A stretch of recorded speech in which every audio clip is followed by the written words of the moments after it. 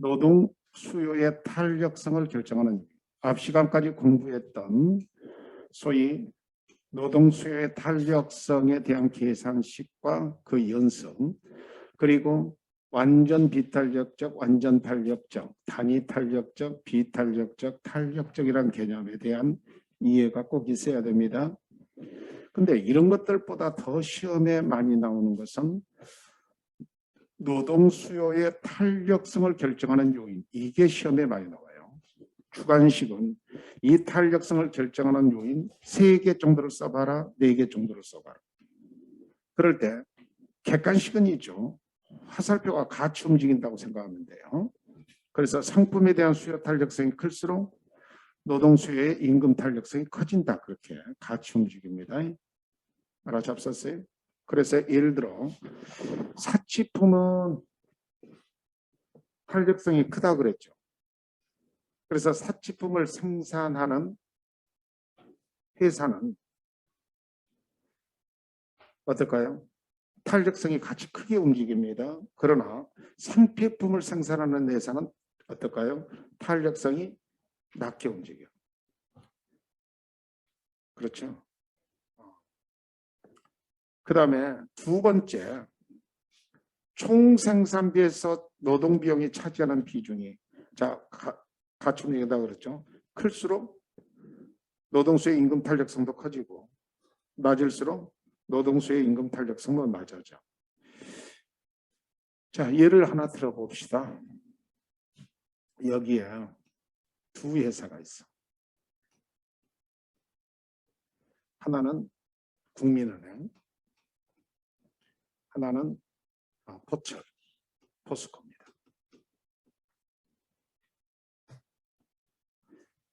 자, 그런데 국민은행은 서비스 업종이죠. 그죠? 금융 서비스 업종이잖아. 서비스 업종은 일반적으로 사람이 차지하는 비중, 임금이 차지하는 비중이 커요. 알겠어요? 그래서 총 생산비가 예를 들어서 100억이라고 합시다. 그러면 임금이 차지하는 비중이 그중에 총 생산비의 50% 정도 돼. 그러니까 총 생산비가 100억이라면 노동 비용이 차지하는 비중이 한 50% 정도 될 거라고. 50억 정도. 근데 포항제철도 총 생산비가 100억인데 포항제철 가보시면 공장 길이가 어지간하면 4km씩 16km씩 막 그렇게 된다. 그래서 공장 사이에 자전거를 타고 다니기가 힘들 정도로 멀어요. 제가 근무해봐서 알잖아요. 포항제철 제2여름 공장 넘버2 스킨패스에 근무했어. 군대 막전에. 그래서 총 생산비, 거기는 뭐 전부 다 자본주의 생산이잖아. 그래서 총 생산비가 만약에 100억인데 자본주의니까 노동 비용이 차지하는 것은 한 10억 정도 돼. 그러니까 10% 정도 된다는 거야. 내 말 이해가 되셨죠? 그런데 국민은행도 임금이 100만 원이고 포항제철도 100만 원이라고 가정을 합니다. 그런데 110만 원씩으로 올랐어요. 그럼 몇 프로 올랐죠? 10% 올랐죠. 또 이거 110만 원으로 올랐다 그랬더니 몇 프로 올랐? 10분의 1 올랐잖아. 그게 10% 오른 거야. 네? 그죠? 10% 올랐어요. 자, 이제 질문을 할 테니까 서로 의논해서 대답 잘해줘. 국민은행이 10% 올랐으면 총 생산비는 몇 프로 올랐어요? 임금이 오르면 생산비가 올라갈 거 아니야. 그러면 총 생산비가 몇 프로 오르는 타격을 입나요? 계산이, 응? 자, 국민은행 전체가 100억이 총 생산비인데 그중에 50억이 임금이라고 그랬죠. 그런데 그 임금이 100에서 110으로 올랐죠. 10%씩. 그러면 총 비용은 5% 인상이 된 거지. 임금이 차지하는 비중이 반이니까.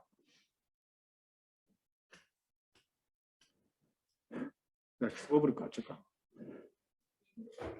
어? 어? 뭘 포기해?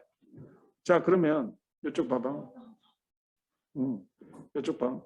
포항제철이 100에서 110원 올라면 10% 올랐죠. 그런데 임금이 차지한 비중은 총 생산비가 100이라면 10억이라고 그랬잖아. 10%라고 그랬잖아. 그러면 실제로 총 생산비는 1% 오른 거잖아.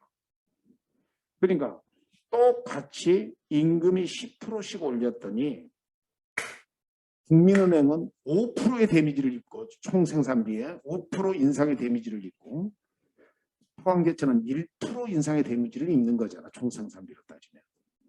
그래 안 그래? 그러면 어디에서 임금 올리기가 어려워?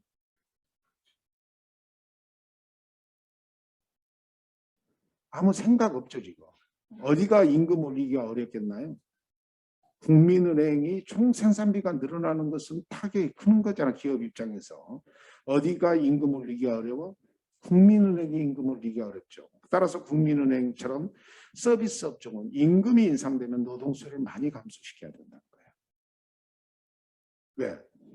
총 생산비에서 노동 비용이 차지하는 비중이 크기 때문에. 근데 포항제철처럼 총 생산비에서 노동 비용이 차지하는 비중이 적다면 임금을 올려도 총 생산비에 대한 충격은 없잖아. 별로. 그러니까 임금이 올라도 노동 수요 감소는 별로 안 된다는 뜻이지.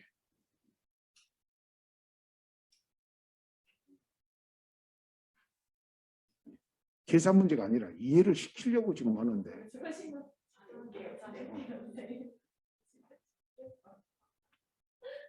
이래 나와요. 그게 웃을 일이야 지금.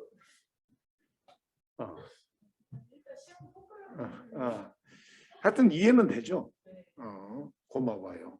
그것만으로도 고맙게 생각하겠습니다. 다른 생산 요소와 노동의 대체 가능성 할 때, 다른 생산 요소 하면 지금 이건 노동을 갖고 따지니까 다른 생산 요소는 뭐죠? 자본이죠. 그러면 자본과 노동의 대체 가능성이 갖고 지금 따지는 겁니다. 자, 자본과 노동의 대체 가능성 하면, 자, 우리가 여기다가 제조업 분야와 자, 서비스업 분야를 한번 써봅시다. 제조업 분야는 대체 가능성이 큽니다. 노동과 자본의 대체 가능성이 커. 그러니까 이렇게 대체 가능성이 크면 임금이 오르면 자본으로 대체 가능성이 크다 그랬죠. 그러면 임금이 오르면 노동수요의 감소가 됨과 동시에 자본으로 대체되는 또 분량이 있겠죠. 그러니까 더 많이 감소된다는 뜻이에요. 그러니까 어떠죠? 제조업은 대체 가능성이 크기 때문에 노동수요의 탄력성도 커져버린다고 그랬죠. 근데 서비스 업종, 우리 학교 같은 서비스 업종은 노동과 자본의 대체 가능성이 낮아. 자, 낮기 때문에 임금이 올라도 노동 수요를 감소시키기가 어렵습니다. 저희는 그대로 감소할 수밖에 없어요. 옆에다 써요. 슬프겠습니다. 이해하셨어요? 그게 실제로요. 실제적인 얘기입니다만 제조업은 대부분 대기업 쪽에 많죠.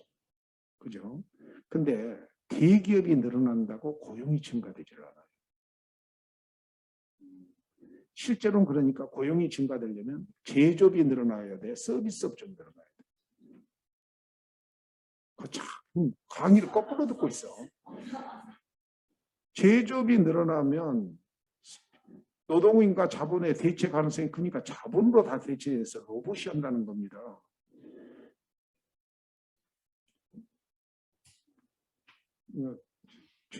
중소기업은 대기업이 아니잖아. 그래서 서비스 업종이 중소기업이 서비스 업종이 굉장히 많죠. 그래서 서비스 업종이 늘어나야 노동 수요가 증가됩니다. 응? 노동과 자본이 대치 안 되니까 아시겠지만은 근로자가 근무하는 근로자가 한 700명 정도 되는 회사는 큰 회사인가요? 적은 회사인가요? 제조업에서는. 제조업에서는 700, 800명 상당히 큰 회사입니다. 그런데 홈플러스가 있지 하나가 그 7, 800명씩 돼요. 백화점 같은 경우는요. 여기 있는 가지면 1200명이래요. 관련된 직원이. 그러니까 서비스 우리만 해도 있죠. 20명이 넘잖아. 이 조그마한 회사가. 자, 하여튼 다른 생산 요소 노동의 대체 가능성 이해했죠. 그런데 다른 생산 요소면 자본을 말하는 거죠. 노동이 빠지니까 자본의 공급 탄력성. 자, 자본의 공급 탄력성은 이자율 탄력성을 말하는데 이 두 개는 묶어서 고민을 하셔요. 자, 노동과 자본이 대체 가능성이 많다 하더라도 자본 자체를 구하기가 힘들면 대체하기가 쉬워질까 어려워질까요? 어려워지겠죠? 알겠죠? 다시 한번 말해요. 노동과 자본의 대체 가능성이 큰 쪽이 어디라고 그랬죠? 제조업 분야라고 그랬죠. 그러면 대체 가능성이 크면 임금이 오르면 자본으로 대체를 한다는 겁니다. 그래서 임금 그 노동수의 임금 탄력성이 큰 거예요. 근데 문제는 대체가 가능하더라도 자본을 쉽게 끌어들일 수가 있어야 되잖아. 그 탄력성을 자본의 공급 탄력성이라고 해요. 다시 말하면 내가 이자 1%만 더 줄게, 더 준다면 자본이 무한히 끌어들일 수 있다면 노동과 자본을 쉽게 바꿔버릴 수 있죠. 그죠? 근데 이자를 1% 더해주고 1% 더해주고 1% 더해도 돈 빌리기가 진짜 어려워. 그러면 대체 가능성이 어려워질까요? 쉬워질까요? 어려워지죠. 이해하셨어요? 대표적으로 뭐예요? 선진국 쪽에서는 예를 들어 삼성전자 같은 경우 내가 다른 데보다 이자 0.5% 좀 더 줄게. 돈 좀 빌립시다. 그러면 빌려줄 때가 많이 껐어 안 많이 껐어? 많이 껐죠. 그게 대체 가능성에다가 공급 탄력성이 크기 때문에 노동수의 탄력성도 겁나게 커져버려. 그런데 후진국에서는 노동과 자본이 대체 가능성이 있다는 걸 모를 리가 없죠. 근데 돈 빌리기가 어렵잖아. 그래서 이자율을 많이 준다 해도 돈이 얼마 안 들어. 내 말 지금 이해되죠? 따라서 그런 데서는 임금이 올라도 노동 수요를 확 감소시킬 수가 없어. 자본으로 바꾸기가 어려우니까. 그래서 그러면 탄력성이 낮아지죠. 그래서 다른 생산 요소의 공급 탄력성이 낮을수록 노동 수요의 탄력성도 낮아지고 높을수록 높다. 자, 객관식으로 이제 쉽게 푸는 방법은 화살표의 방법이 같은. 우리 선생님은 그것만 알겠다고 계속 고집하는 거잖아 지금. 그죠? 나는 그것만 알 거야. 어떻게? 상품에 대한 수요 탄력성이 클수록 노동 수요 탄력성이 커지고. 그죠? 그럼 이제 반대는 낮으면 낮아지고. 그 다음에 총 생산비에서 노동 비용이 차지하는 비중이 그 원리는 모르더라도 클수록 노동 수요 탄력성이 커지고. 국민은행이냐 포철이냐 신경도 안 쓰고 다른 생산 요소와 노동의 대체 가능성이 클수록 노동수의 탄력성이 커지고 제조업이건 서비스업이건 그런 거 생각하지 말고 자, 그 다음에 다른 생산 요소의 공급 탄력성이 클수록 노동수의 탄력성이 커지고 그렇지 않으면 반대로 작아진다. 이렇게 하겠다는 거죠. 그렇게 하세요. 그것도 좋은 방법이에요. 그리고 주관식은 이 중에 4개 정도를 다 쓸 수 있게 준비해 주세요. 근데 기도하는 마음으로 부탁드립니다. 뭔가를 암기하려고 할 때요. 의미를 모르고 암기하는 것처럼 어려운 것이 없어. 그러니까 의미를 좀 알고 암기했으면 좋겠다는 것을 기도하는 마음으로 부탁드립니다. 그리고 의미 모르고 암기하면 나중에 가면 기억에 착란 현상이 일어나서 거꾸로 암기되는 경우가 있어. 다른 내용으로 암기돼서 다른 내용을 써버리는 경우도 있어. 그런 슬픔을 맛보면 됩니까? 안 됩니까? 안 되죠. 자, 바로 탄력성의 법칙이 바로 힉스 마샬의 법칙이라고 그래요. 뭐라고 한다고요? 이 탄력성의 법칙이 뭐라고? 힉스 마샬의 법칙이라고 하는데 노동조합의 예, 노동수의 탄력성이 작을수록 노조의 힘이 커진다. 자, 바로 노동조합의 예를 여기다가 그림으로 그리겠습니다. 이 빈칸을 일부러 그래서 만들었다고 생각하시면 돼요. 안 만들어졌네? 여기다 그리면 돼요. 노동조합이에요. 아까 효율임금 정책하고 같은 논리입니다만은 자, 여기에 이제 W가 있고 여기가 L이 있고 여기에 W가 있고 여기에 L이 있고 자, 두 개의 그림을 그리는데 하나는 탄력적인 그림을 그리겠습니다. 아니, 비탄력적인 그림. 가파를수록 비탄력적이라고 그랬죠. 자, 그 다음에 완만한 그림을 그리겠습니다. 그러면 완만하면 탄력적이죠. 그죠? 그러면 이제 노동조합이 W1에서 임금이 결정되고 노동 수요가 결정되어 있다고 합시다. 역시 여기도 W1에서 임금이 결정되고 노동 수요가 결정됐다고 합시다.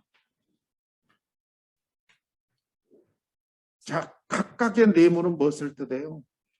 그 노동자들이 받는 총 수요를 뜻하죠. 총 수입을 뜻하죠. 가로 곱하기 세로는 총이잖아. 그죠? 근데 이제 노동조합이 제 역할을 시작하기 위해서 투쟁을 통해서 임금을 올립니다. 얼만큼? 이만큼. 자, W2만큼 임금을 인상했어요. 그러면 분명히 노동 수요의 감소는 L2로 됩니다. 자, 그런데 임금의 인상분보다 노동 수요의 감소량이 적기 때문에 두 번째 네모는 당연히 첫 번째 네모보다 큽니다. 맞죠? 그런데 이렇게 탄력적일 때도 임금을 이렇게 W2로 인상을 해놓으면 노동수의 감소량이 임금의 인상분보다 훨씬 더 많이 감소되기 때문에 새로운 이 네모가 총수입이 될 건데 노동자의 총수입은 감소해 버린다는 거죠. 그죠? 그러면 노동조합이 자신의 지위를 강화하고 조합운동, 임금 인상운동을 의미 있게 하려면 임금 인상부터 해야 될까요? 노동수의 탄력성을 작게 만드는 것부터 해야 될까요? 작을수록 노조의 힘이 커진다는 말 이해하시겠습니까? 얼른 이해해. 이해했죠? 옆 사람한테 물어봐. 이해했냐고. 이때 있죠. 대답할 때 나는 이해 확실히 됐어. 그러지 말고 나도 모르겠다. 그래. 그냥 속으로 말더라도. 그죠? 진짜 몰라서 모른다고? 그건 좀 문제 있습니다. 자, 최저임금의 이해입니다. 노동수의 탄력성이 무엇일수록 실업의 크기가 줄어든다 그랬죠? 이게 뭔 얘기야 내가. 경제학 참 재밌죠. 현실감도 있지만은 생각의 끈이 자꾸 놓치죠. 이리 와. 오랜만에 공부다운 공부를 하고 있잖아. 그래서 제가 지금 이렇게 간편하게 한번 하는 거예요. 경제학은 처음 해본 사람 입장에서는 만만치 않아요. 설명을 하면 알 건데 생각이 끊임없이 계속돼야 돼. 그래서 제가 슬로우 비디오 하는 것처럼 한다고 그랬잖아요. 그죠? 자, 두 개의 그림을 그립니다.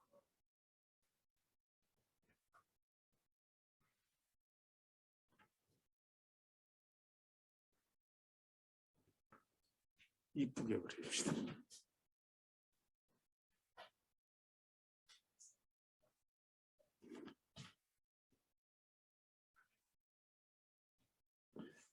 자, 걱정지 마세요. 저도 돈 벌면 사 먹을 거예요. 자, 여기에 임금, 여기에 수요량, 여기에 임금, 여기에 수요량. 그냥 고용량인데 수요일 때는 수요량, 공급일 때는 공급량 그런 게. 자, 그럴 때 노동의 공급 곡선은 그냥 가상적으로 45도로 그려놓겠습니다. 노동의 공급 곡선이야. 나중에 공부하겠지만 노동의 공급 곡선은 우상향입니다. 노동의 수요 곡선은 우하향이고.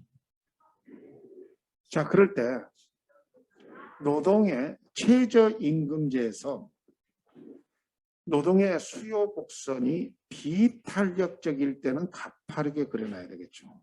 그죠? 이게 이제 비탄력적이요. 그리고 탄력적일 때는 어떻게 그려야 될까요? 완만하게 그려야 되죠. 자, 완만하게 그려놓습니다. 자, 두 개의 곡선을 이렇게 완만하게 그렸습니다. 잘못 그렸어요. 죄송합니다. 다시.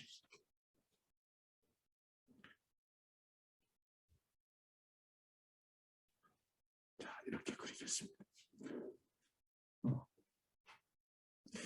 자, 요 수요와 공급이 만나는 이 점, 수요와 공급이 만나는 이 점을 균형 임금이라고 합니다. 자, 균형 임금과 균형 고용량입니다. 균형 고용량, 수요 공급이 만나는 이 점에서. 자, 균형 임금과 균형 고용량을 저는 대강 같은 형태로 그렸어요. 지금 조금 눈에 조금 뒤틀려 있어도 여러분은 같다고 생각해서 같은 높이의 임금이 지금 결정되어 있어요. 그러면 이 두 그림의 차이는 수요 곡선이 이쪽은 비탄력적이고 이쪽은 탄력적이죠. 알겠죠? 공급 곡선은 그대로 45도라고 그랬잖아요. 자, 이런 상태에서 국가가 나타나서 누가 나타나서? 국가가 나타나서 강제적인 최저임금제를 실시합니다. 최저임금제는 언제나 균형임금, 자 국가가 나타나서 가버먼트, 강제적인 임금의 설정이기 때문에 균형임금보다는 언제나 높은 수준에서 설정됩니다. 자, 균형임금보다 뭐든 수준에서 자, 최저라는 어떤 이 이미지는 균형임금보다 낮은 수준 같지, 그게 여러분 시험 문제를 틀리게 하는 사탄의 유혹이요. 아니 국가가 나타났어요. 시장에서 자연히 형성된 임금보다 더 낮추려면 국가가 나타날 필요가 없지. 더 나쁜 국가지. 그래야 안 그래? 그래서 국가가 나타나서 있죠. 시장에서 자연히 형성되는 임금 수준보다 더 높여놓고 강제시키는 임금이야. 그러니까 그보다는 절대로 낮출 수 없다는 거야. 그러니까 예를 들어 알바 시장에 자연히 형성되는 지금 임금 수준 하면 제 생각에 한 7,000에서 8,000 정도 시간당 맞아. 근데 9,165도 올려놨잖아. 근데 그보다 더 적게 줄 수는 없는 거죠. 내 말 이해되죠? 그러니까 이렇게 되는 거예요. 자, 그러면 이 부분이 바로 무슨 부분이 되냐? 그러면 자, 이 부분은 이건 무슨 곡선? 수요 곡선이지. 수요는 이만큼이야. 시장에서. 그런데 이건 무슨 곡선? 공급이지. 공급은 이만큼이야. 그러니까 여기서 여기는 사람들이 초과해버렸다는 거예요. 그래서 초과 공급 영역이 돼. 무슨 공급 영역? 초과 공급 영역은 무엇을 뜻하냐? 그 느낌 그대로 실업이 되는 거예요. 초과 공급 영역이 실업 영역입니다. 내 말 좀 듣고 있죠?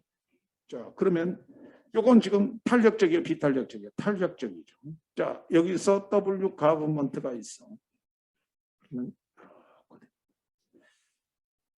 자, 역시 이게 수요 곡선이고 이쪽이 공급 곡선이니까 이게 바로 뭐죠? 초과 공급 영역이죠. 초과 공급 영역이 그대로 무슨 영역이요? 실업의 영역인데, 자, 이 그림에서 느끼겠지만은 여기서 여기 간격보다 여기서 여기 간격이 훨씬 더 커. 간격이 더 크다고. 그러니까 초과 공급 영역이 이쪽이 훨씬 더 크다는 거죠. 그러니까 탄력적일 때 실업자가 많이 나타난다는 거예요. 그럼 비탄력적일 때, 노동수의 탄력성이 비탄력적일 때는 실업의 크기가 줄어들어. 이게 점점 비탄력적일 때는 실업의 크기가 확실히 줄어드는 구조잖아. 그렇다고 점이죠. 그리고 뭘 느끼시죠? 자, 정부에서, 그 전 정부에서, 전 정권에서 알바 시장, 자, 이게 최저임금은 2차 노동시장, 즉 비숙련공 시장에서 문제가 되는 거야. 우리 학교만 해도 최저임금하고는 아무 관련이 없어. 알겠죠? 그러니까 알바 시장 같은 비숙련공 시장에서만 최저임금이 문제돼. 그러잖아. 우리 선생 어지간하면 2, 3만 원씩인데 시간 페이가. 근데 9,100 뭐 60원 이런 거 상상도 못하죠. 우리 그것만 주면 우리는 떼부자 되겠어. 상상도 못하는. 근데 알바 시장 그렇잖아. 근데 이 알바 시장이라고 볼 수 있는 이 시장을 전 정권에서는 뭘로 봤을까요? 비탄력적으로 봤어. 그래서 임금이 올라도 노동 수요를 확 감소 못 시킬 거라고 생각했어요. 근데 알바 시장이 생각보다 탄력적이었다는 거예요. 그래서 임금이 올랐더니, 그러니까 최저임금으로 강제된 거 오른 거잖아. 강제시켰더니 실업자가 아주 많이 생겨버렸어. 그쪽에. 내 말 이해가 되죠? 그래서 이거 예측을 조금 잘못한 경향도 있었다는 겁니다. 이거 한번 봐봐. 노동수의 탄력성이 비탄력적일수록 실업의 크기가 줄어든다. 이걸 그냥 암기하잖아요. 그럼 잘 안 돼. 뜻을 모르고 이렇게 그림을 그려가면서 기억을 해야 됩니다. 그 눈빛은 또 나는 이것만 할 거다. 그러고 있어요. 경제학 만든 사람들이 바보 아니에요. 참 연구 많이 해가지고. 그래서 커브 경제학이라고 그래. 커브를 자꾸 그려보게 만들어요. 누구나 없어. 근데 이 지식을 내가 지금 뭐 해주고 있어? 심어주고 있잖아. 그것도 어떻게? 이렇게 차가고. 응? 대학교 때 들었으면 더 몰라. 야, 여기 이런 그림 그려봤어요?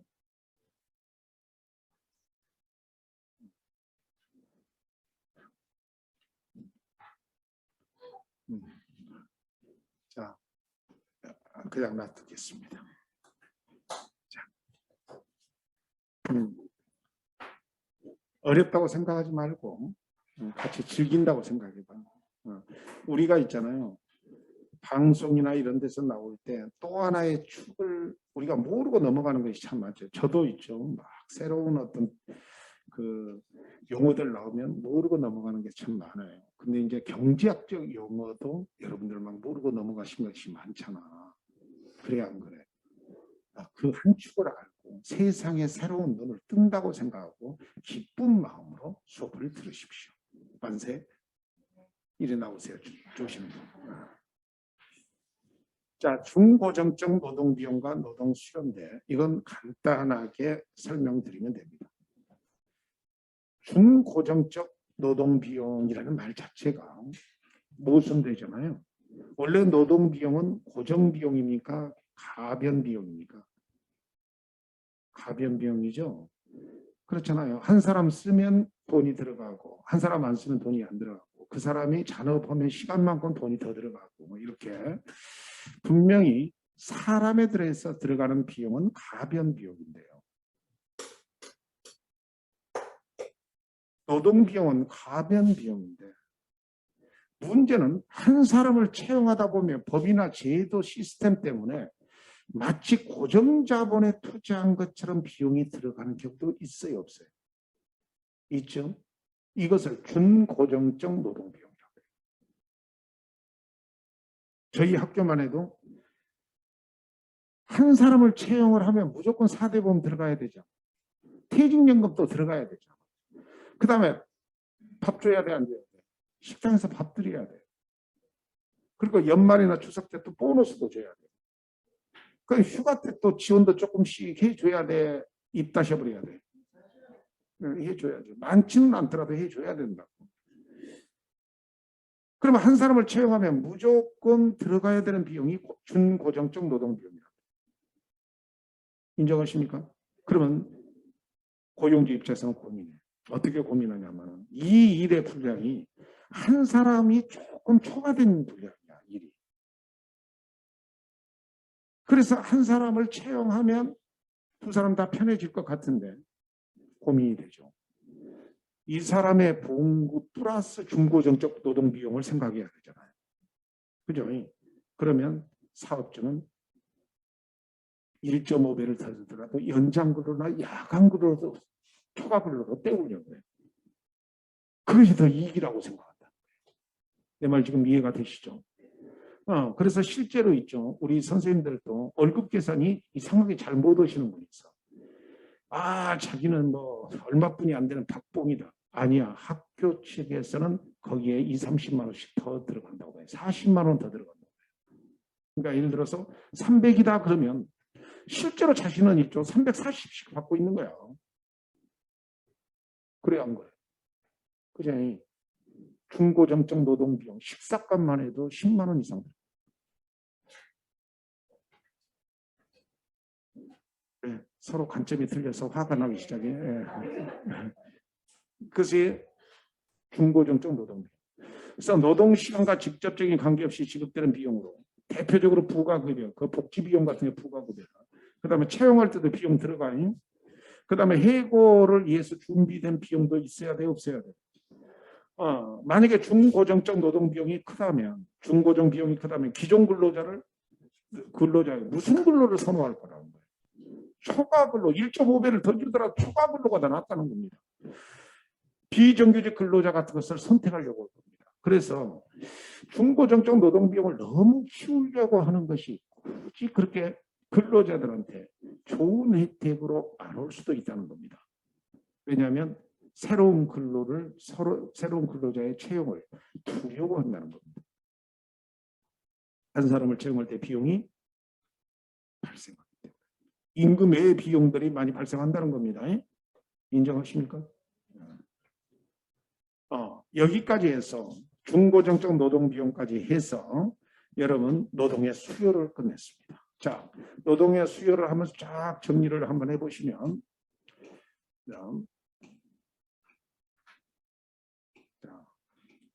노동시장과 노동 수요에서 1이 노동의 수요고 2가 노동의 공급이겠죠.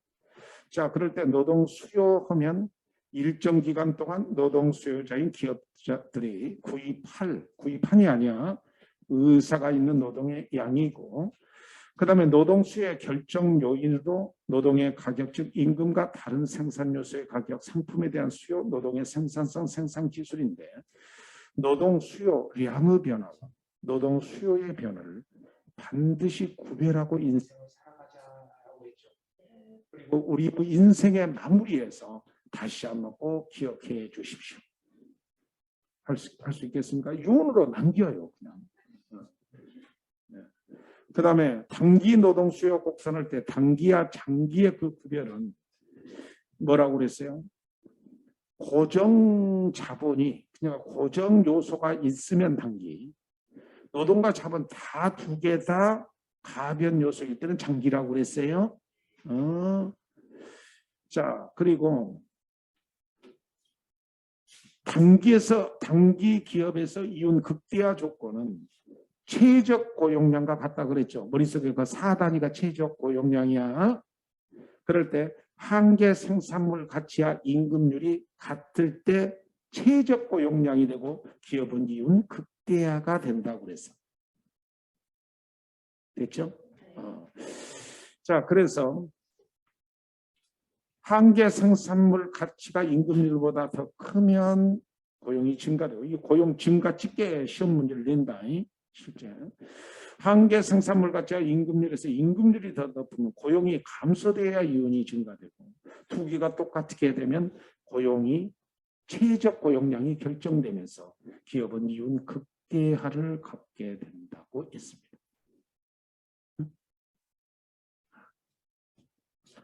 슬픔이 있어. 자, 그 다음에 단기에서 기업의 노동 수요 곡선 넘어가시고, 장기 노동 수요 곡선에서 임금이 하락하면, 자, 자본을 노동으로 대체하면서 노동 수요가 늘어난다고 그랬죠. 그러면서 비용 단가가 줄어들기 때문에 뭐가 나타나요? 규모 효과가, 산출량 효과, 즉 규모 효과가 나타나서 다시 또 고용량이 증대된다 그랬죠. 그렇죠? 그래서 자본을 노동으로 대체함과 동시에 규모 효과가 나타나가지고, 규모 산출량 효과가 규모 효과예요.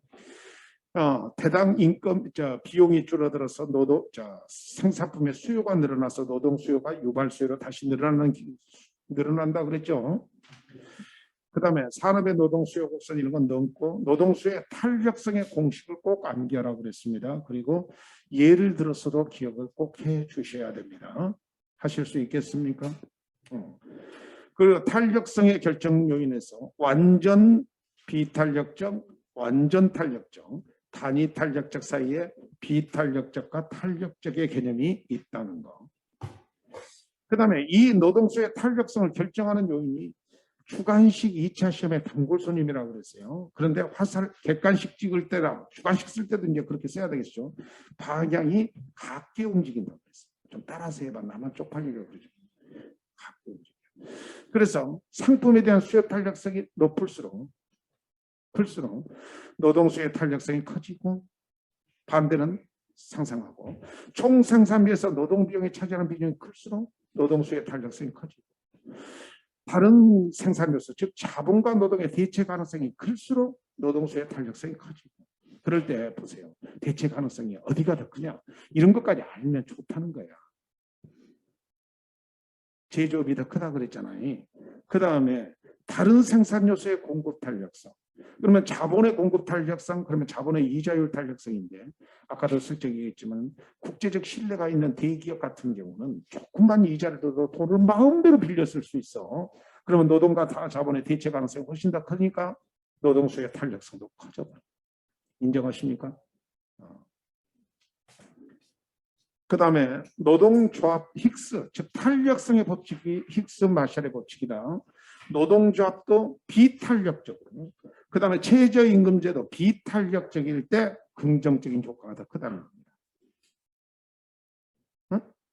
무슨 탄력적일 때? 비탄력적일 때.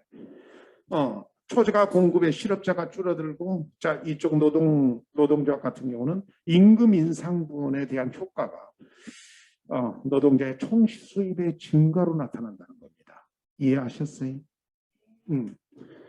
자, 그리고 중고정적 노동 비용까지 했고 이제부터 공부할 것이 이제 노동의 공급인데 노동의 공급은 다음 시간에 하겠습니다. 자, 옆 사람한테 오늘 배운 거 좀 알아들으시겠어요? 자, 옆에 사람한테 물어보세요.